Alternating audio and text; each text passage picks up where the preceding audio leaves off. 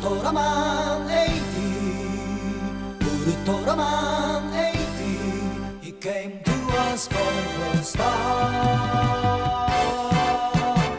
君は誰かを愛しているか、それは生きてることなんだ。君は勇気を持っているか、どんなことにも負けない心。僕の星から来た男が愛と勇気を教えてくれる。ウルトラマン80、ウルトラマン80。He came to us from the start. Hello, you are listening to Ultra Q episode 118. My name is Red. I'm joined by Mel. Much like the UGM, this podcast's workforce is 30% women. That's so true. Also joined by Brad. We got to do this podcast fast. There's green Nickelodeon slime making its way through my door. Oh, have you considered, like, holding the door closed? Will that help? Yeah. Okay. But then I'll be like, I can't do this anymore. You can't hit any of the buttons you need. No. Yeah. I understand. Okay, we can get this done quickly. But just so you know, Brad, your family is Earth. It's the Earth. Mm-hmm. We are here today to talk about 3 more episodes of Ultraman 80. We are still in the midst of just UGM time, just classic UGM stuff. You know, it is what it is. How we feel about this batch this week, broadly? I again like one of these episodes. Is it the androids episode? Yes. Okay. That is probably the one that stuck with me most, but I am still watching these at times 2 speed, because I don't care. So yeah, I think, so coming up, we have got, just people getting slimed. We have got a robot revolution, and we have got women, to be honest, very, as has been alluded to by Mel, very unambitious sci-fi statistics of women in the workforce. It's the A's optimism. It's so funny that they're like,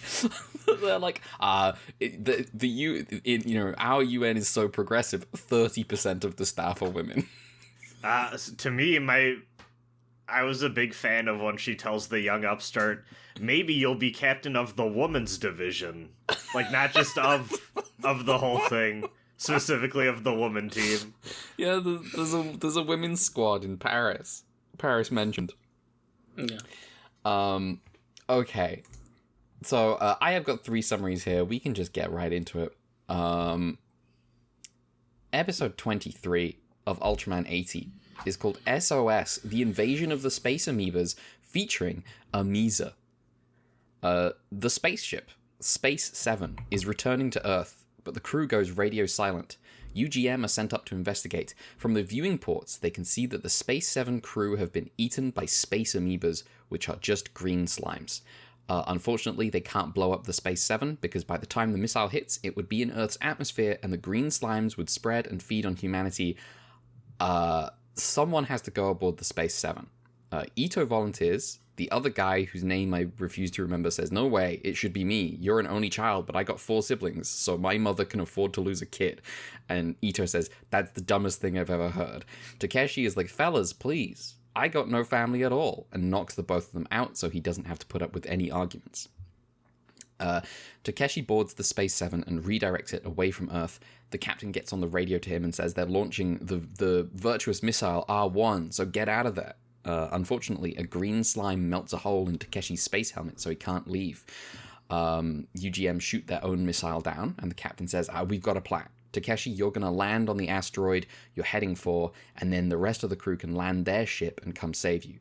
Takeshi is currently holding back green slimes behind a door, and he's just like, leave me, it's safer to leave me. But the captain refuses and declares that Takeshi does have a family. UGM is his family, and UGM exists to defend one big family, the Earth. Quit trying to die for Earth, Takeshi, it's time to live for it instead.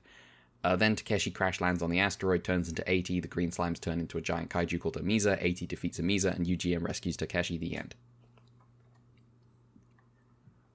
Yeah. So episode 24. Okay, so this is you know.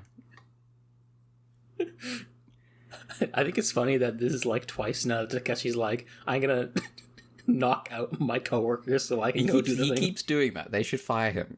And then he can go work he get a job at a school maybe. It's like a habitual workplace problem for this guy. Yeah. They gotta have serious words with him. No, like he does it for he does it for noble reasons, like for the Emperor or whatever. So the his name is Yamato. His name is Yamato. Exactly. He's people getting slimed in this episode. People are getting slimed.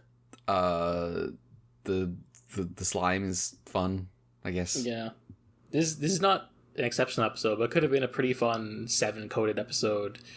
Up until the part where he crash lands and they have to make the amoebas turn into a giant monster for no reason. Yep. Yeah. Yep. Yeah. I was rubbing up against Blazer feelings this episode, where the way they talk him out of doing his epic heroic sacrifices. Oh, but we're your family. And I don't know. He doesn't know any of these people. Not really. Not only that, we don't know any of those people as audience members who probably want to care about the people in the show, but the show never gives them any time to really feel like But we people. know Ito, he's cool, and he had a fiance once. He has a mother. he has a mother. He has to give something to his mother if he dies. Yeah. He can speak a bit of French. Yeah, true. He really likes hardcore exercises and planes. And this rubbed up against another feeling I had, which we've talked about plenty in the past few weeks. But yeah, we're your family, and that'll get him through it. But also, it's okay to lie to your family. Because the tension here is also, I could just solve all this by turning into Ultraman, but then everyone would know I'm Ultraman. Uh-huh. So, the connection is there. They're your loving family that you do care about, but you also do not care enough about them to tell them the truth. Oh, like Blazer. And yeah, exactly. And then we just kind of wrap around to this, I just think that there's some weird conflicting feelings about all this that I don't know that the show also identifies. Mm-hmm. To be honest, I hadn't even thought about it, but yes, the sort of you've got this really deep connection with all of us, and he's still keeping the Ultraman secret. And it's not that they're kind of leaning into this as a source of drama. They're just they haven't really thought about it. It feels like inertia, like we've always done it this way. Yeah. We have to keep doing it this way. Yeah. Remember That's why we're not in a school anymore. I'm trying to think about what the best reveals have been so far on the reveal of the person being an Ultra being. Top is Ultra 7. That's cheating. I think Return of Ultraman did it good. Yes. When they're all gathered around, and he's got to they're fueling up the plane so he can fly off to go do one final fight. So are you telling me you weren't a fan of the extremely tortured and fake feeling Ace finale? Everyone loves that one. Hokuto, if anyone sees you turn into Ultraman, you can never turn into Ultraman again. You have to leave. Yeah. Yeah. And also, I have the children on my side. Would you break their hearts? I'm just a little guy. I absolutely would pull the trigger. It's a classic. There's a video that shows up in my on YouTube all the time, which is like "You wouldn't kill me" followed by "gets killed" moments from like movies and TV. I'm like, yeah, we should submit the Ace finale to this. The Ultraman Ace Parabellum. Yeah. The fucking argument between Ito and the other guy about like whether it's better for someone who's a single child or a big family to go out and die. And Ito's just like, what are you talking? This is a stupid argument. A mother still loves her children even if she has loads of them. What the fuck is wrong with you? The other guy's playing the zero-sum game with motherly love. Everyone gets a quota. I think it's funny, just like Takeshi's just lying with his helmet off, and also I can't tell if they take the visor off their helmet. It sure looks like they do. Do they realize that they're in space? They're on an asteroid, but like it doesn't really have like that much atmosphere, and you don't know, even if it did, you don't know what that atmosphere you're in space. You can't breathe. It's fine. I have to assume that they're like making it look like they're assuming like, oh, the glass is still there, that you just don't see it, even though it's not actually there. One of them straight up pulls their visor up. Yeah. To get a better look at him. It's so funny. Yeah. And they're just like, oh, give him air. They're use like scuba gear to give him air. It's so funny. Yeah, as if the pressure is not also an issue. Yeah. Here's the thing. Back in the 60s when they were doing this, it was like funny. Now it's like, you know how space travel works. What are you doing? Yeah. You know how this works. What are you talking about? That's too late. That's Super Best Friends voice. That's too late. we are in the era of nerds being mad about Star Wars having space explosions. Like this is well trodden at this point. That's true. Yeah. Imagine if Star Wars didn't have space explosions, though. It won't be as cool. I'm gonna tell you right now. No, it wouldn't. Because Star Wars is so cool. Yeah, it is. It is.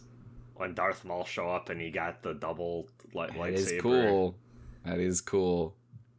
I got a blue lightsaber. My sister got a green lightsaber, and my dad got the double-ended red lightsaber.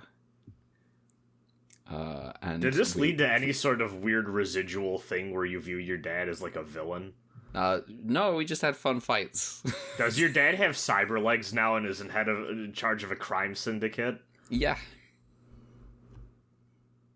Yeah, he does. Okay.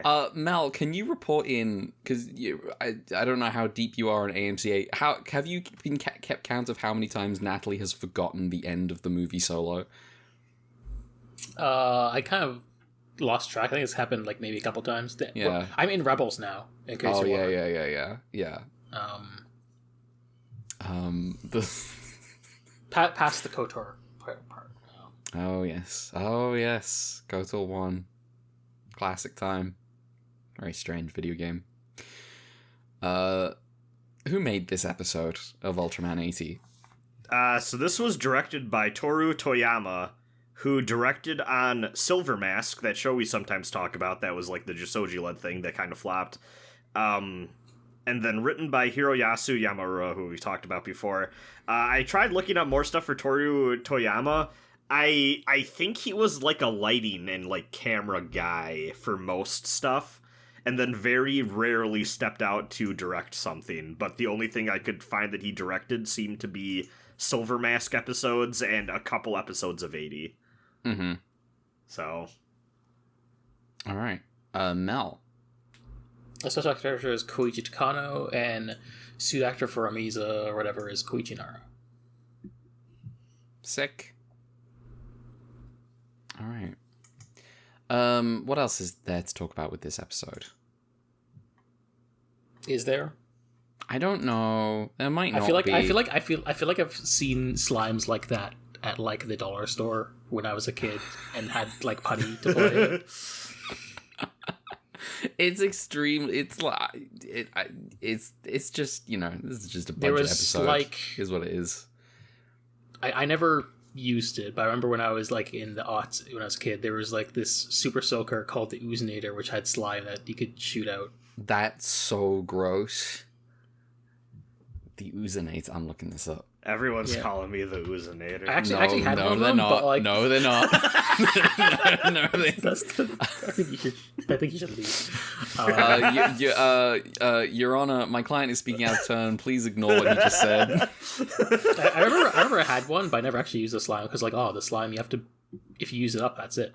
And so I had it forever, and then I think it went bad. I I can't believe you would JRPG Elixir Brain about the Oozinator. Yeah. I'm looking at the Oozinator right now. This is ridiculous. I love how I'm looking at the Oozinator and I'm getting a YouTube video in the Google Images. I'm looking at the YouTube thumbnail right now. and it's I said I would never ... Hasbro's messiest mistake. Oh, that is not the one I am seeing. I am seeing testing discontinued toys with a thumbnail that says quote unquote slime blaster, and so that doesn't look like slime. Oh no. Someone call OG Ultraman. They stole his beta capsule. I should watch these later. Yeah. All right. Do we want to talk about episode 24? Yeah. Google's giving me another one that's like, how is this for kids? WTF is ooze. Stupid. Episode 24 of Ultraman 80 is called The Planet of Traitorous Androids, or The Star of Traitorous Androids. I detect that Mel has found another stupid thumbnail. No, I just went to the the Wikipedia page. The Oozinator is a toy water gun manufactured by Hasbro Inc. Is a member of the Super Soaker family, which includes 10 other squirt gun toys. It gained notoriety after its release due to its ability to discharge a vicious compound that resembled human semen, as well as a suggestive television advertisement that depicted the. Oh no, I'm reading this. Oh dear. What a marketing campaign. I definitely had no idea about that when I was a kid. No.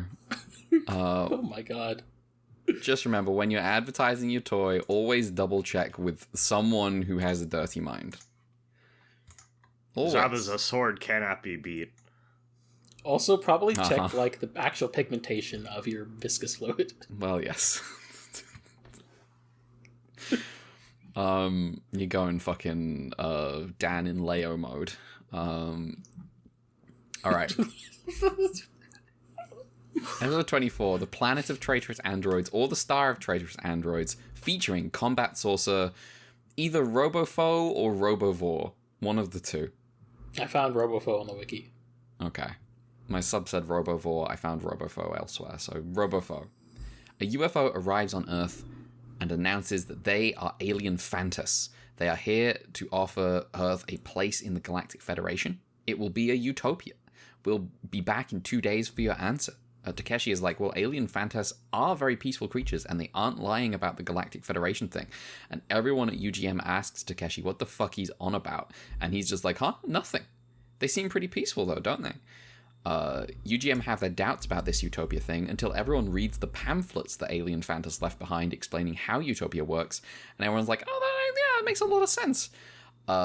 Captain Oyama is unconvinced, saying he thought utopia was something you built, not something you were given. Yeah, fucking bootstrapped guy over here. Regardless, the leaders of Earth decide to accept the invitation from Phantas. Takeshi gets attacked in the night by androids, and when Phantas arrives for the talks, Takeshi notes that their hands are cold, whereas alien Phantas should be a warm-blooded species. Takeshi uses his X-ray vision to figure out these are totally androids. He gets arrested for his interference, and then some Phantas aliens arrive to murder him in his cell. They claim they are indeed alien Phantas, or all that's left of them.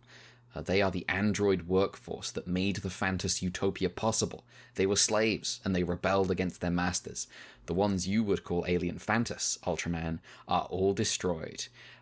These androids declare they hate all biological life, especially humans, for some reason, and the only danger to their plan is Ultraman 80 himself. Just as they're about to kill Takeshi, Chief Ito shows up and shoots them, because UGM discovered the secret too, somehow, off-screen. Anyway, humanity fights back, and the androids turn their UFO into the combat saucer Robofoe. Takeshi turns into Ultraman, defeats the UFO, defeats the androids. The day is saved. Later, at UGM HQ, Takeshi says that the captain was right. Utopia is something you build yourself, no matter how long it takes. The end. I do want to give this one points for... And maybe because I'm in a state to be easily impressed because the bar is so low. We got a sci-fi episode that doesn't feel like a retread of something Seven did or another show did. I think that this is the first time we've had Alien comes down and goes, hey, we want you to be part of the team up here. Part of the Utopia. We want you to join the Federation. And I like that idea. Like... Yeah. With how we've seen aliens work in Ultraman, I feel like this would be happening every 6 months. I have, you know, I think this episode is all right. I liked it. However, I like that the big fight is with a UFO and not with the kaiju. Is different. Yeah, it's nice. Change pace. Yeah, it's good. We didn't really mention it, but like last episode, I mean, you mentioned it, Mel. It's like last episode, the slimes all turned into a kaiju, and the narrator had to just be like, yeah, they can turn into a kaiju because they absorbed a bunch of energy from the bodies that they were eating, and it's just like, just shut up, just shut up. But this episode, it's like, no, we're not doing the UFO. It's a fight with a UFO, and it's good. The kind of like the thematic issue I have here is like Ito is like, oh yeah, Utopia is something you earn as opposed to something you're given, and then they're not given Utopia, and then at the end of the episode Takeshi's like, I guess Utopia is something you have to earn instead of being given. You weren't given the Utopia. And then had things go wrong. It just turned out that the Utopia was a lie. Well, no, it's because you shouldn't believe someone giving you the easy way out. Yeah, you shouldn't believe someone giving you the easy way out. I sort of feel like it's sort of cheap for it to be like a betrayal instead of for them to like experience the Utopia itself and then find it like repulsive. It's not actually this is built Utopia. Up with slave labor. Slave labor. Labor. Yeah. Yeah. It's the Utopia built on slave labor, and it's like, oh yeah, it's like the ancient Greece all here. Exactly. Karl Marx being like, Plato was a genius. Plato would have found, is it Plato or Aristotle? He would have found the labor theory of value if only he didn't live in a society that had slavery. But yeah, there's kind of there's the betrayal here that kind of turns it into like a plot that's not really about the Utopia, because the Utopia did exist apparently. It was also built on slave labor. Yeah, like the original Thomas More's Utopia or whatever. Yeah. This also does rub up against the thing of, once the slave class frees itself, it's gonna come after everyone else next, so it can be on top. Yeah, which is why you can't actually get Utopia given to you. You have to earn it yourself by pulling yourself up by your bootstraps and being an entrepreneur. Yeah. You can't have equality of opportunity or anything like that. Mm-hmm. Precisely. Also, the slaves have to die. We have to kill them. Yeah. They're too mean now. Yeah. They destroyed their masters, and ooh, scary.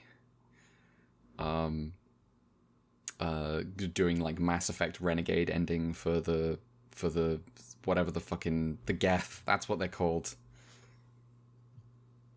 There could have been so many good opportunities for the actual aliens as depicted to have just been the aliens, and then, like, android, like, rebel stuff is happening, and at first they're like, oh no, these androids are trying to destroy the peace talks, and then they sit down in a room with the androids, and they go, actually, this whole utopia thing's bullshit. We're being treated, like, horribly.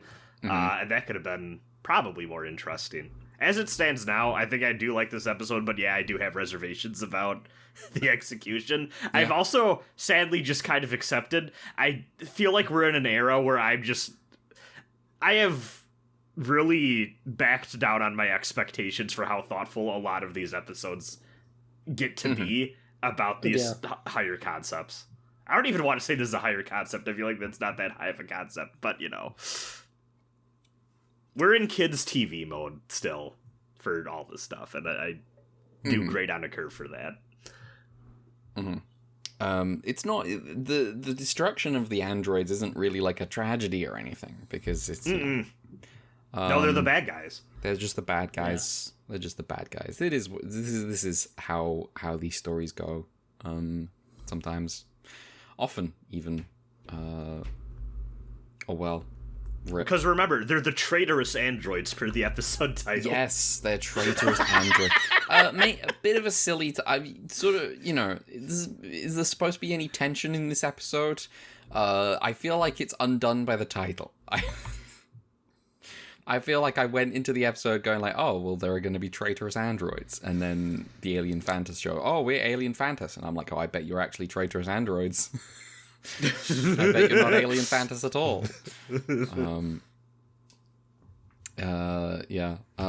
So, to be clear, Takeshi mentally notes, presumably Alien Phantas and the Galactic Federation approved of by Ultraman, by the Ultraman, because Takeshi's like, they're peaceful creatures.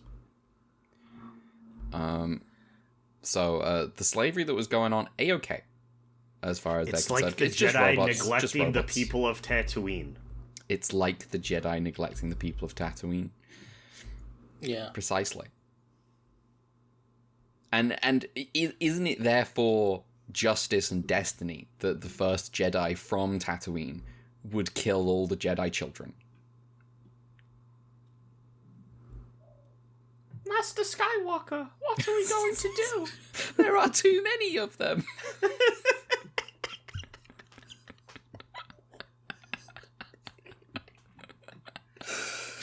And Anakin with Obi-Wan later. It looks really bad in the videos, but you gotta try. Those kids were fucking annoying. Damn whippersnappers. Who made this episode?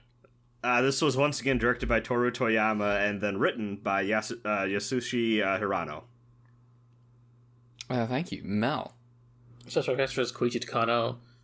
The Phantas robots seem to be played by Tsutomu Akashi and Kazuhiro Ohashi. No indication if they were the guys in the suits, but that they're the guys being credited with playing the robots.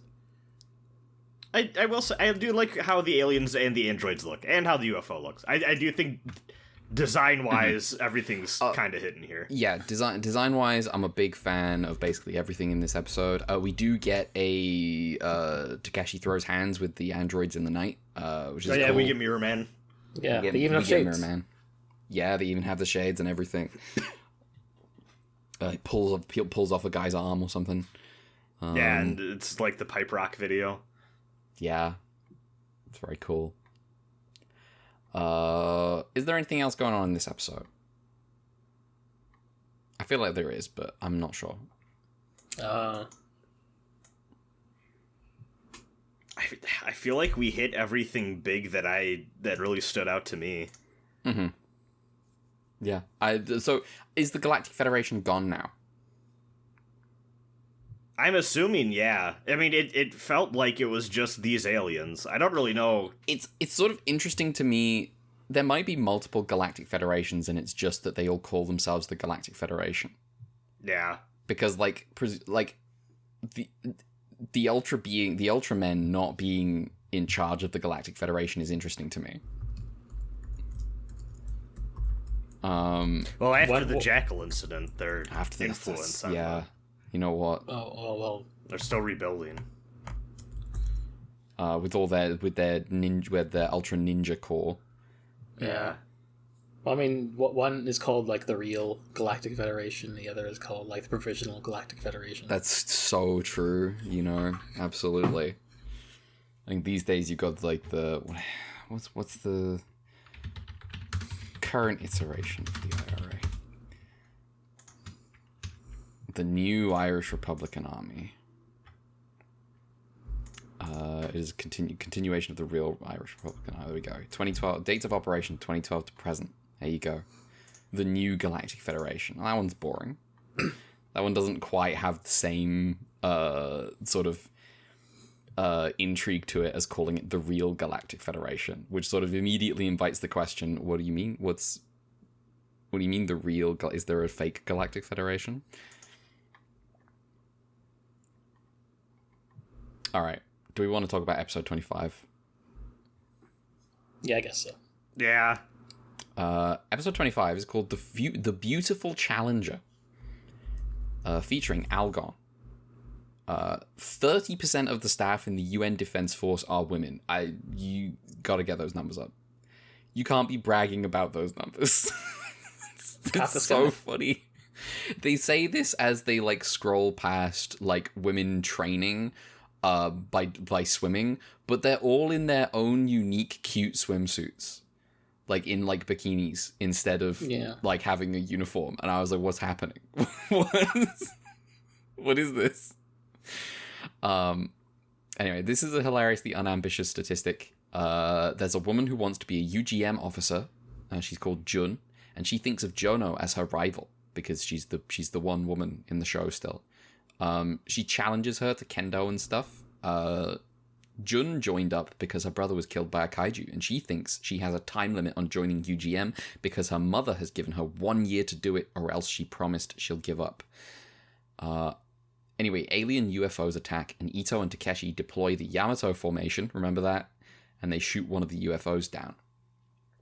Jun gets there first and rescues the alien, who's disguised as a human. She brings the alien food to try to learn what the invasion plan is. Jono overheard that this was her plan and confronts Jun, saying, this is really dangerous. You should probably have like someone, like a professional involved. And Jun's just like, oh, you're just worried that I'm going to take your spot in UGM. And Jono is weirdly hurt by this. The alien tells Jun that her kindness has made him change his heart. He doesn't want to invade Earth anymore. And she says, okay, I believe you. And he's like, the aliens are going to attack Hong Kong next. Jun brings this information to UGM, and Takeshi wants to know her source. She's like, no. And Jono simply radios the info through. Once Jun has left, she then follows up by telling the captain, Jono then follows up by telling the captain her suspicions about where the information has come from. The alien is like, haha, you fell for it, Jun. Now UGM's main force is in Hong Kong instead of here. He then turns into the giant kaiju Algon, and UGM have to fight. Jun launches on her own and apologizes to everyone over the radio as she attempts to fly straight into Algon, but she misses. She only gets clipped, and Takeshi turns into 80 to save her. He then defeats Algon and shoots down the remaining UFO. Later, Jun tells Jono she's leaving, she's a failure. And Jono's like, no, you're not. I did the exact same thing that you did when I was younger. And both Jun and I are like, really? And all the UGM officers are like, yeah, really. She used to be a huge pain. She did the exact same thing that happened in the plot today. Everyone encourages Jun to keep training because you're bound to be reckless when you're young. Jono says she one day intends to be a captain, much like the captain of the women's squad in Paris. The end. Paris mentioned. What do you mean she did the same thing that happened in this episode? Also, apparently Ito also did the exact same thing that happened in the past. What are you all doing? Keep in mind that like there have been no aliens or kaiju for like 5 years. For 5 I had forgotten this. It was like one of those prank calls. They just got really trigger happy. Oh my god. Oh my god, Tsuburaya. Right, we gotta have words. We gotta have serious words. Remember when in like the last batch of like Leo, he was like, "Oh yeah, my friend from 3 years ago who we had to fight, even though Leo's only been on Earth for like less than a year." He hasn't been on Earth that long. He's suddenly got childhood friends. Man. God damn. So yeah, this is like just some really embarrassing attempts at doing like, oh, women be in UGM, you know? But they're too kind-hearted, so you can't take anything they say at face value because they're easily led astray. Yeah. By I really hated this. By an alien who's like, oh, you know, you've given me one meal and I think I've had a change of heart and I'm betraying my people. It's like, really? Oh, that's so nice of you. It's very, very strange. Jono estimates the validity of this information at like, oh, it's like 50% likely to be useful information. And then Captain Oyama's like, okay, deploy the squad. And I'm like, no, no, not on 50%. What are you talking about, bro? Me, when I'm like, when I got like 50% success rate on Fire Emblem or something. Oh, yeah. And then you miss and you're like, what the hell? There are like hints at a plot here of the thing that, I mean, does happen in real life of like, I feel like I need to compete to be like the woman in this role. Yeah. And like making it like a competition when like these people could be like building each other up, and like it's not like, ideally organizations are made in a way so that those positions and roles do not have to be fought after. There's room for everyone and everyone can be accommodated and have meaningful input and, you know, oversight. And I really thought we were kind of going to get more of that, where Jono was like, hey, like, I understand that you feel like you need to really go above and beyond to kind of replace me, but like that's not how this works, and like we shouldn't be doing that. Instead, the lesson of the episode is the youth are reckless and they will make stupid mistakes, and they have to make them now. And it's like it's a weird pivot for this plot. It wasn't gender, but remember when Ultra 7 did this and like the reckless youth got a bunch of guys killed and then died? I do remember that. You have to live so you can atone. He's like, bet, and shoots the skeleton. Yeah, atoned, done, dying now. That episode is forever tied with season 2 of Iron Blooded Orphans to me, because there's a guy who's just kind of the same guy in that. Oh, yuck. No. No, the guy who really has like hates Mika. And they just like, oh he's cool, actually. I forgot that guy. I love that dude. Oh, I had forgotten this guy. Yeah. Yeah, I totally memory old him, because he just kind of doesn't... he doesn't get anywhere. He adds a lot. I might be watching Ibo in the background. I see. Of this recording, or just like of life? No. Of life. As we speak. But this recording is life. This record... Yeah, as established, most of our friendship is to be on podcast. That's so wise. Pre-recording, we were all discussing how like 90% of our time as friends is just recorded for public consumption. We should fix that. We should make it like 95%. We should start recording ourselves in our most... No. Other way. Other way. Stop the YouTuber from speaking. Alright, we're gonna go to Wigan. Oh no! Not Wigan. Wigan's probably fine. They've just got a weird taste in They just got a weird kebab. Yeah. Wigan's, it's up north. The north is nice. Only weird people don't like the north. Anyway.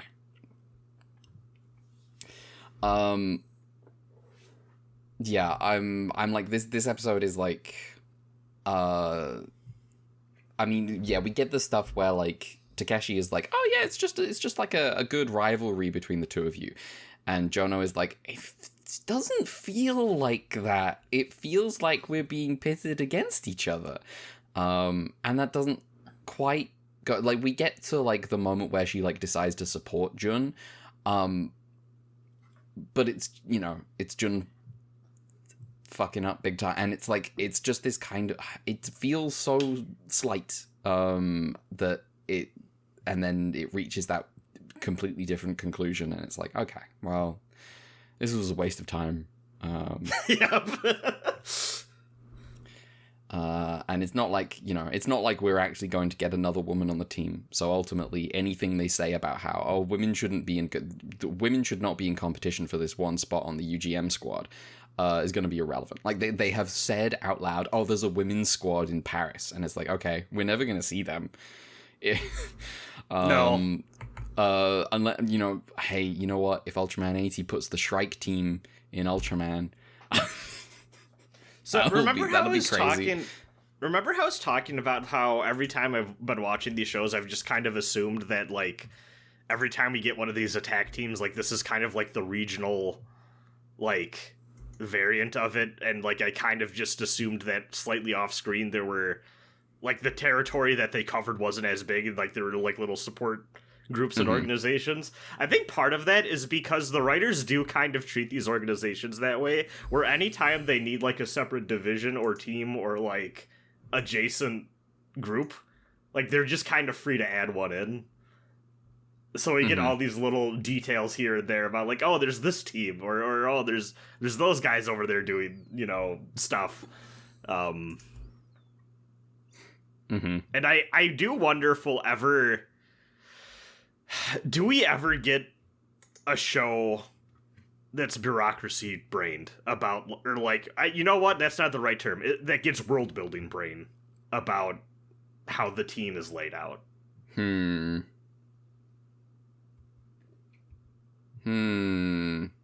Maybe. I'm not sure when. I think the problem is that I think if there's someone who's world building brain that gets a chance to make one of these shows, though, they're probably going to be more interested in the alien stuff than the attack team logistics. Yeah, we'll probably get Land of Light stuff first, maybe. Yeah. And like an evil space empire that's like secretly been the villains the whole time or something. Oh, unless they think that like Land of Light stuff is maybe too risky to like to fuck with. They're like, it's just forever untouchable. Yeah. Except in like manga made for first graders. It's so true. Yeah, absolutely. I have just kind of said this out of pocket, but now I'm thinking way too hard about it. Do we at some point in like 10 years get someone who tries to make a villain that's like, actually all of the other villains were working for this guy? Oh, yeah. Kind of. Maybe. I don't know. Someone will do it for like their show. Oh yeah, but for sure. I'm not sure about like overall. But like Yapul and like Commander Black. What's up? Like, watch out! It was actually Alien Emperor the whole time. Whoa. Yeah. Maybe. I could all I of could the different see it. various federations and space countries that have shown up only to explode. The space countries. Yeah, this is the new genre of music I'm workshopping. Space. Okay. Space country. This is this is gonna go big in Star Wars. No, it's not. It's gonna go big in Firefly. Sorry, I sorry to do that to you. Damn, I've still never really watched Firefly. You don't. I'm planning on keeping it that way. Yeah. At no point put a yet at the end of that sentence. Never do that. What else is what else is there to talk about in this episode? I quite like the UFOs. I think they're fun. The little like ring UFOs with the they've got like spokes. They're like wheels. I'm not remembering them off the top of my head. They're like kind of unremarkable, but like I was like, this is a fun enough design. They bring back the Yamato formation. This is the big spiky monster, right? Yeah, this is a big spiky monster. It just kind of looks like the Kaiju number 3. Yeah.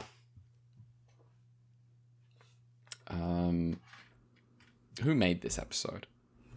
This was directed by Noriaki Yuasa and then written by Bunpei Ai. All right. Mel. Suspect director is Kazuo Sagawa. Algon or Argon or whatever. Suit actor is Koichi Nara. Maybe the reason it looks like Kaiju number 5 is it's modified from Lavras, which is the dinosaur that Ito became in the two-parter. I see. And that suit itself was modified from Salamandra. So, I see. we're just cannibalizing dinosaurs at this point. Nice. A little bit of Lavras in my life. At some point, we're gonna get an Ultra show where the suits become chickens. Uh-huh. What the fuck are you talking about? They're like evolution. No. Let him speak. Can you elaborate? We should do a detour core on the 2001 comedy movie Evolution. I don't think I know what this is. Should we do that?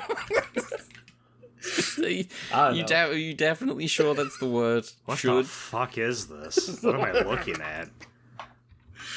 I think the only time I saw the movie was in theaters. Let me have a look at this. What is this? When I was like 6.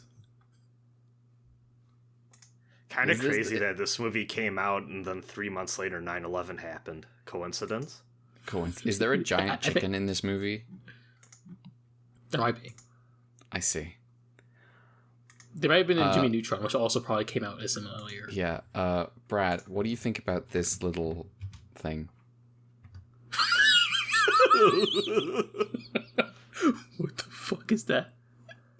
This is apparently from Evolution. This is Genus. Remember when that one Star Wars movie gave Jabba the Hutt a son? What's the second? It's got a dragon. It's got a. I don't think these are. I think these are different things. The fuck is this? Looks like Grimace from McDonald's. It's 2 weeks in a row. I think that's too rude to Grimace. No. I think maybe Mel is looking at the primate form. I'm not sure. Oh. No. I'm looking at the picture you put in chat. Oh, I see. That's not Grimace. It's like if Grimace was like compressed into Jabba the Hutt. I can kind of see it. How's the primate form? This is something the Guyver would kill. Yeah. This one is, man, the Guyver's so fucking sick, except when it's boring. Yeah, and racist. I was about to say, it's extremely racist for that first movie. Man, that scene's so fucking I mean, the whole movie's so fucking racist, but like, I'm just remembering some specific scenes. It's okay, the second movie is cool. The second movie is cool, except when it's boring, but it's cool. Yeah, sometimes you just make a movie about a big cave. Yeah. I'm convinced that movie inspired Power Rangers. Uh-huh. There's I almost forgot the reference. There was like an MMA fighter or like a wrestler or something who used to do a Guyver kick. Probably a wrestler, not an MMA. I don't think that's a real kick you could do in MMA and get away with it. But like there was a wrestler or something that used to do a Guyver kick.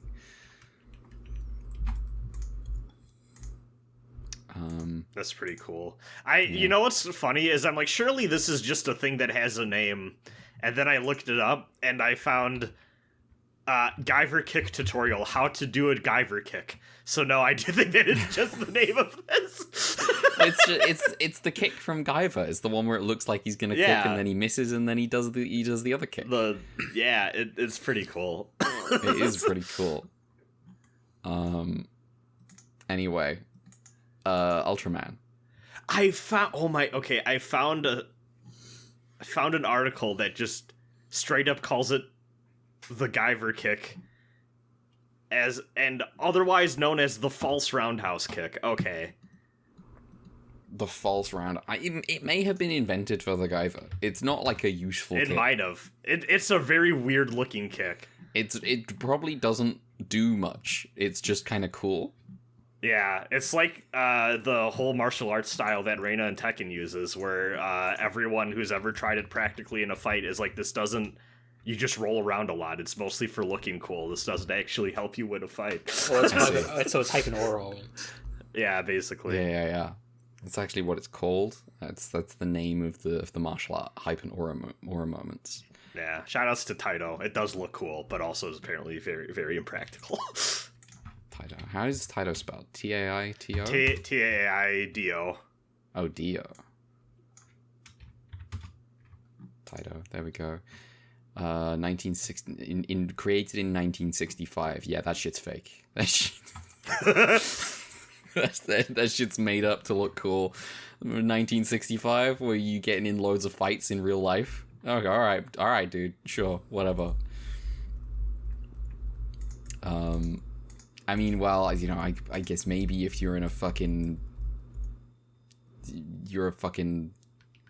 communist student, maybe you're getting in a lot of fights, but I don't think the ones that need martial arts.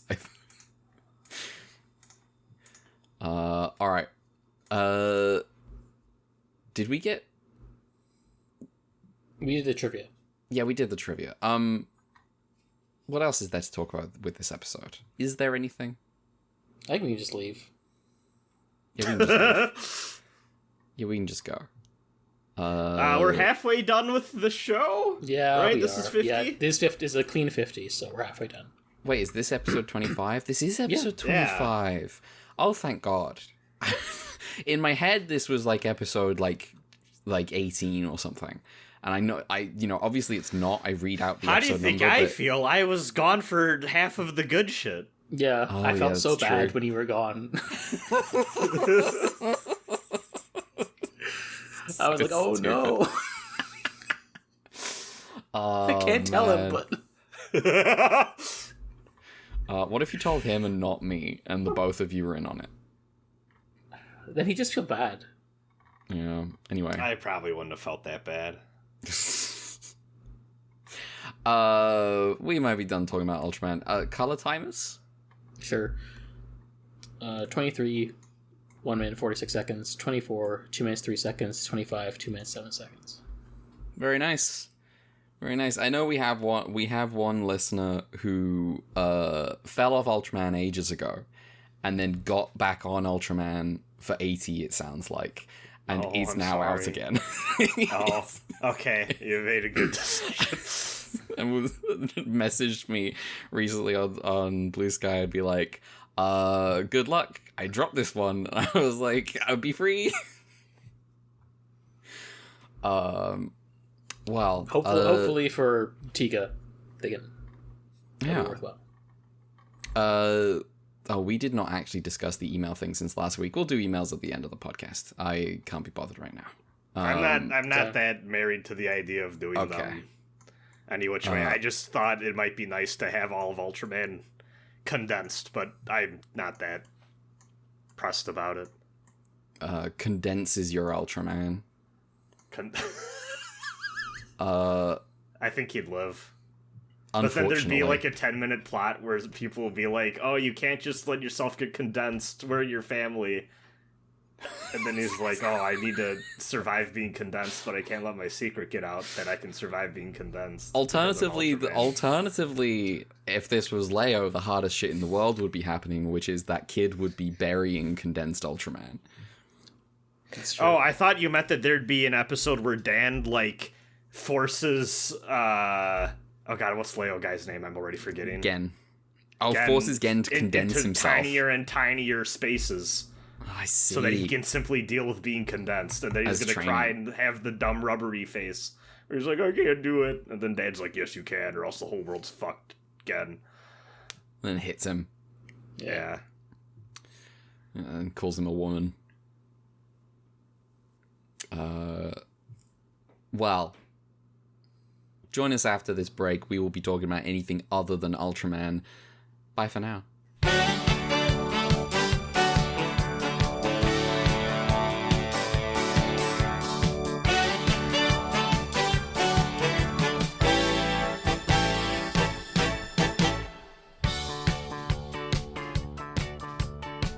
I found that I'm looking at the 5 types of body movements in Taido. They've got Sen, which is vertical spinning movement. Yeah. They've got Un, which is ascending and descending wave-like movement. They've got Hen, which is falling movement characterized by changing the body's axis. They've got Nen, horizontal spinning movement, and they've got Ten, rolling Isn't that the and shit from tumbling. Hunter x Hunter? Yeah. And I 10, recognize like half of those in Reina's moveset. So she actually has a rolling and tumbling movement. yeah. She actually does have a Sen stance that she goes into that she gets special moves out of. These movements are combined with punches, kicks, and other techniques. The last category, 10, includes acrobatic movements, for instance, backflips, which makes Taido spectacular to watch and not real. They did not say that. This is the Koito's martial art. Koito? Yeah. Who's Koito? Golden Kamuy. Oh, is this his martial arts? But he's got like a sword. He's got sword version. Well, no, I'm talking about this because of the circus thing. Oh right, yes. Oh right, yeah. He's doing a bunch of backflips in that. That is true. I don't know if Brad has seen that one image of Koito doing the incredible acrobatics. No, not at all. I need to share it because it's one of the greatest things I've seen in any manga ever.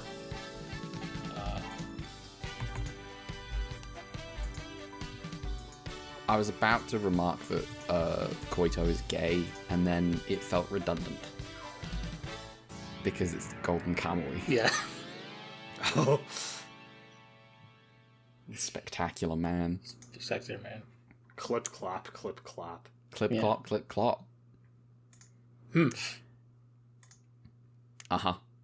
It's the onomatopoeia thing. Do manga voiceovers. That's but what we with can just- do to become closer friends off mic is become fan dubbers. You're so right, Red. No. Alright, we're back. We're talking about anything other than Ultraman. Right, so we've watched a lot of Ultraman, so surely we're qualified enough to do Ultraman the abridged series. No! Oh my god. Ultraman We're abridged. bringing the 2000s back. Oh no. Oh my god. Ultrament. There was the guy who did the Yu-Gi-Oh! Abridged series did a Naruto abridged series, and one of the first arcs in Naruto involves saving a bridge building project. And he uses I hate that I know exactly what you're talking about. he's like, and he immediately starts turning this Naruto abridged thing, which is well, first of all, it's a parody of another Naruto abridged series. And he starts talking about how, one person makes a bridge and suddenly everyone wants to build a fucking bridge. Yep. And like some other characters like, I feel like you're not talking about bridges. I remember watching that as it came out. Time flies. Yeah. Anyway. Uh, I watched a kaiju movie. Hold on. I have something very important to start our segment out with. Okay, What? go for it. I feel like it has become a tradition that I taste random chips in this segment. Okay, go for it. What have we got? So when I Is was this the at the dog shit grocery chip? store, no, I don't think that's real. One day, Okay. I'm not gonna eat dog shit though. I don't. If No, they but came out with the no, dog it's a shit chip though. It's just yeah, a chip. I think it's a still chip flavor. It still qualifies. But I see. when I was at the store, I was greeted with a purple bag with the Pringles man on it that says "new" in big lettering in the corner of the bag. This is a Pringles mingle, which is apparently a what? combination. That sounds like the worst get together I can think of. Well, wait till you hear about this mingle. Apparently, these are barbecue and pizza flavored. I'm gonna Actually, open up that's not this pretty bag. I could try those. Oh, I these do- are like little air puffs. They're not like chips. Ah. I mean, I do prefer Lay's to Pringles, to be honest. Yeah. Well, we're putting that. Was that not good? Oh. That's bad. I immediately just heard, oh, we're putting that back. Yeah. Now, I will say, I'm also not a big fan. Like, you know, like the Of the Cheeto, government. like, yeah, you know, like the Buddy. puffy Cheetos that they do, or like they're all like airy, or like those cheese balls, or like there's a lot of air. Sorry, Yeah. Cheetos I'm here. not just a fan of those types of snacks. And if I had known that this is one of those, I wouldn't have bought it. I actually prefer the puffy Cheetos to the crunchy ones. Villain. Villain. Wow, What? strong words. Civil War. I'm more of a. You know what? I will say I'm not the biggest fan of Cheetos in the world, but I do like the standard crispier ones more than the puffed up ones. I like Dangerous Walker's issues. crisps Yeah, well, or as they call them here, Lace. from my homeland, from Leicester. I like Lay's, but I feel kind of gross after eating them because they're just so greasy. Salt and vinegar crisps. Salt and vinegar is good. It's good. I like dill pickle. Yeah. Cape Cod sea salt chips are my brand of choice. I see. Anyway, you saw a kaiju movie, right? I watched Yeah. a kaiju movie. Showa era kaiju movie. Okay. It's about a little island town gets menaced by a sea monster. The local chief of police teams up with a scientist from the mainland and a fisherman who turns out to be a World War II veteran who's got like this unique connection to the Hiroshima bombings. And they go out and they go hunting this kaiju. It's directed by a guy who I'm sorry if I butcher your name. He's Steven Spielberg. Oh. I watched. It's called Jaws. It was a 50th anniversary. I was on at the cinema. I went to go see Jaws. Oh. I've never seen that movie. Somehow. Well, it's good. The original blockbuster. One of the guys in that movie goes on to have an esteemed role as the lead guy in the Sequest. Wait, who? Which one? What? Who? Roy Schneider. Roy Schneider's the lead guy in captain. Sequest. That's Yeah, so he's the funny. captain. That's They really picked- funny. They picked him for a reason. They picked him because he was in Jaws. That's really funny, man. That whole trio are great in Jaws. You got Roy Schneider, Richard Dreyfuss, and Robert Shaw. Robert Shaw. Oh yeah, I can't believe you I can't believe you didn't recognize him in the Bananas clip from Sequest. I showed you. It is funny that I didn't recognize Roy Schneider necessarily. But I've had a couple of weird ones where like when an actor's older and I'm just like, oh, I don't really know you anymore. Yeah. Oh yeah, I did have that in Sequest with. You had Charlton Heston. they showed an old photo of him and you were like, oh shit, that's Charlton Heston. I've seen your movies. But no, I watched Jaws. It's the best American kaiju movie. It's really good. Did they need a bigger boat? They did need a bigger. It was sort of funny watching it and sort of realizing how much of it maps onto kaiju movies so neatly. That makes sense. I haven't seen it since I was a kid, but I could imagine. It's like very direct. And like, Steven Spielberg has said like, it's inspired by like other monster movies, including like Godzilla, King of the Monsters stuff. And I'm like, yeah, I can see it. And because like, you've got the whole the problems with like ineffectual leadership in terms like decision making at home, because they're like, oh, we want to keep the beach open even though someone got killed here. Shin and like Jaws. Yeah, exactly. The mayor's putting pressure on like the police chief on Roy Schneider, being like, you can't tell anyone that this was a shark attack. You can't do that. It was a boating accident. And there's some like there's a lot of class stuff wrapped up in Jaws with between Richard Dreyfuss's guy, who's like this rich scientist, and Robert Shaw, who's like he's a war veteran, who's like he's working class, he's a fisherman, but like he's also he's also like a small business owner, basically, because so he's turned out he's bourgeois now. It's interesting. Oh, the new Harish. Yeah, but in a not rich, right? He's petit bourgeois, right? He's just like he's going out killing sharks for money. And it's sort of interesting. He like starts talking about because his whole thing is he was on like the Indianapolis. Yes, that's like the best scene of that movie. Yes, which is the ship that delivered the bomb and then sank on its way back, and like all the crew spent like 4 days at sea, drowning and getting eaten by sharks. He like talks about this whole it's such an interesting relationship to the bombing, where he's talking through how this awful thing that happened to him and how it was so top secret that they couldn't like radio for help or anything, and all these people, and he's like relating to people being bitten in half, and like his experience of this is clear, and he's like, and I'll never wear a life jacket again. And then he picks up his drink and gives like one of his mocking smiles and just says, "Anyway, we delivered the bomb." And that's the end of the story. And it's like, it's so fucking badass. It's so cool. It's a fucking, what a character. And like Robert Shaw is apparently punched up that speech himself, because he was a writer.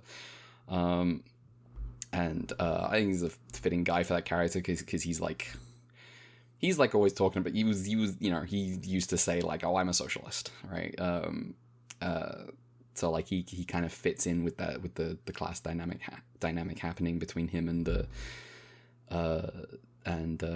Richard Dreyfuss. And this Jaws, it's good, good movie.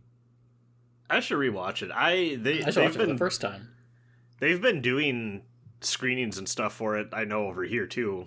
Probably, part of the whole same thing. Yeah, 50th and I was like, oh, I should go see it, but then I just never got around to it. I did have 4 guys in the cinema at the back who were treating it like it was the back of the fucking school bus. It was really annoying. Yeah. But oh well. I think the only loud movie experience I had, thankfully, was when I watched Promare. You know what? That's a fine movie for that to happen in. Yeah, it wasn't so bad in that case. Yeah. One of the best crowds I have ever been a part of was when I saw Super Broly. Everyone was popping off. Yeah. Full, like every seat filled. It was great. Shout outs to the kids that were being completely obnoxious in the first 5 minutes of Matrix Resurrections. Then someone from the back yelled, "Hey, do you guys mind shutting the fuck up?" And then they were dead silent the rest of the movie. I see. But yeah, it's Jaws. It's like a horror movie that's basically for kids. Like it's a horror movie you can kind of show your family. Ish. It's good. Obviously, famously, sharks aren't that dangerous. Yeah. No. You should, if you haven't, you should see the behind the scenes of them trying to make the shark work. And it's just because it just doesn't fucking work most of the time. Never. And that's why it's basically in no shots. They should called Superaya. Yeah, the shark does not get seen until you don't like see the shark clearly until like an hour and 10 minutes into the movie. It's like a 2-hour movie. It's weirdly it's weirdly like it's kind of like a 2-act movie. It's strange. I think it's funny that Jaws apparently comes out the same year as the last Showa Godzilla movie. That's fun. Asterisk, because technically the first quote-unquote Heisei Godzilla movie is technically still in the Showa era, because 1984. But okay, don't worry about that. It's kind of part of the Heisei era. Is it just part of the same continuity or something?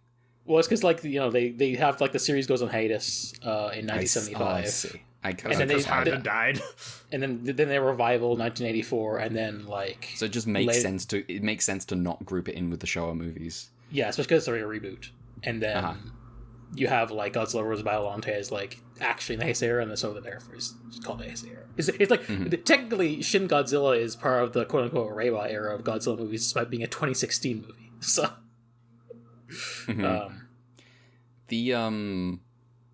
but yeah, it's weird. Jaws is kind of like a 2-act movie. It's like the first half of the movie, like it's like a clean break between the 2 hours of the movie. It's like the first hour of the movie is on land with them dealing with the shark attacks, and then the last hour of the movie is after the breaking point and the mayor signed the check to pay for Quint to go hunt the shark, and from that point on it's just the 3 guys on the boat for the rest of the movie. It's got a vibe of like submarine, like a submarine movie. It's weird because they've got all these like and that's why they got him for Sequest. Yeah, they're kind of running through this like all these methods they've got for trying to catch a shark. It's cool. Mel, you've been at that. Surely, in your time in Toronto, you've been to that Ripley's Aquarium by the CN Tower, right? I actually haven't. Oh, okay. I highly recommend it if you ever have a spare, afternoon there. They have a big tube where you go, and like you're basically on like a little track, so you just can stand or walk at your own leisure, and like everything swims around you. It's really cool. I had the experience of like, oh, big ol' shark just right next to me, and like getting to kind of feel like being a foot away, separated by a pane of glass. Yeah. Right next to a shark, and being like, oh, these fuckers are big. And then once you have the gravity suit and the hyper bomb, you're able to navigate that area. Yeah. Yeah. But it's something to be real right up close next to one of those things and just being like, oh, holy fuck. This thing could just tear me limb from limb. I think that's might be all I have, really. I mean, I've done a couple of other things, but I don't really want to talk about them. Yeah, I think that's me. I've watched some other movies, but like, I watched the original, the 2018 Venom. That's all right. Yeah, I have a fondness. I have a real fun. soft spot for that movie. I'm gonna watch the other 2. I still haven't watched the third. I haven't seen the third one. I don't know if I will, because people don't like that one. I didn't like the Venom 2, one? if I'm being honest. 2 was alright. But 1's special. I felt like 1 had like some... 1 was trying enough sincerely to be a good movie, and like wrapped around to being like really ridiculous through, I feel like, a combination of they had to pivot to it being PG-13 and like just kind of being a hot mess. 2, I feel like they tried to lean in on it a little too hard. Yeah. But there's still parts of 2 I like. Do it 3 does have at least. What? Back memories, bring back your... I won't forget you, buddy. Oh, I see. It's the "I won't forget you, buddy" soundbite. Oh. I Eddie Brock's a fun energy. It's kind of, I think it's funny that they, for various reasons, are like, yeah, it's gonna go into Spider-Man movies where Spider-Man doesn't exist.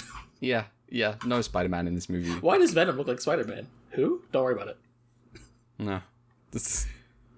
Shout outs to fucking Tom Hardy just downing a goddamn bag of frozen chicken nuggies. It's so gross. It's such a gross superhero movie. When he pulls out the half-eaten chicken wing out of the fucking trash and just starts gnawing on that, and I'm like, I'm gonna, ugh.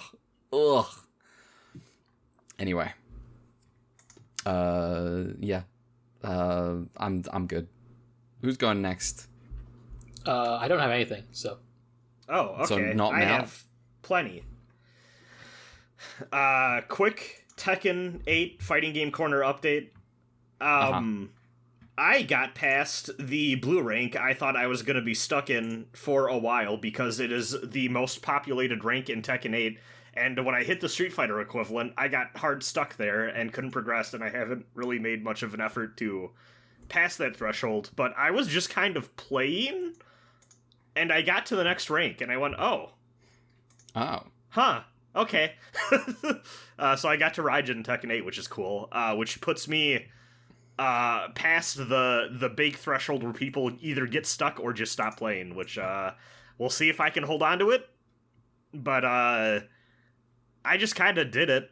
I wasn't really trying to improve or really feeling like I was doing a lot of the homework I should be doing at this point in my Tekken 8 ranked career, but we'll take it. Mm-hmm. So yeah, that was cool. Super Robot Wars Y update. I still actually am enjoying that game's writing a fair bit. Nice. I did the mission, which gives you both Dunbine, the Dunbine, and then also the Elgheim, actually. They both get warped in from Byston Well and the Pentagona world system, respectively. And there's a fun little moment where Sho and Daba swap fairy partners. Because they both got the little fairy. That's fun. Yeah, it's like, oh, that's cute. Then after that, I did a side mission to recruit. I can't speak today. Recruit. But I got Camille, Gyune, and Quest. Because Camille's working for Neo Zeon. Okay. It's like all those fan theories that people are like, oh, Gyune's supposed to be Camille. But Char gives them to you. And I actually really like how Char is written in this game. Because he's the head of Neo Zeon, and there's like a little plot development that happens early on where basically all of the nations that were part of the Earth Federation pull out and the Earth Federation collapses. And as a result of this, the colonies just become independent, and Char's like, oh, well, I mean, that was the goal. And he's just real normal about it, and he's like, well, yeah, okay. Here, I'll lend you some of my guys. You guys seem to, be sailing around trying to figure out what you're trying to do and need some extra muscle. Here, I'll give them to you. And he and Amuro have a nice little talk over the phone, and they seem to be mostly cool with each other. It's really interesting. Like, I'm kind of used to everyone lining up to dunk on how Char is the mean evil guy that has lost his way. And, like, there's shades of that, but, like, they're mostly just like, oh, well, I mean, he has a very specific reason for being the head of Neo Zeon. And now that that's kind of taken a turn, he's just kind of normal about things, which is fun.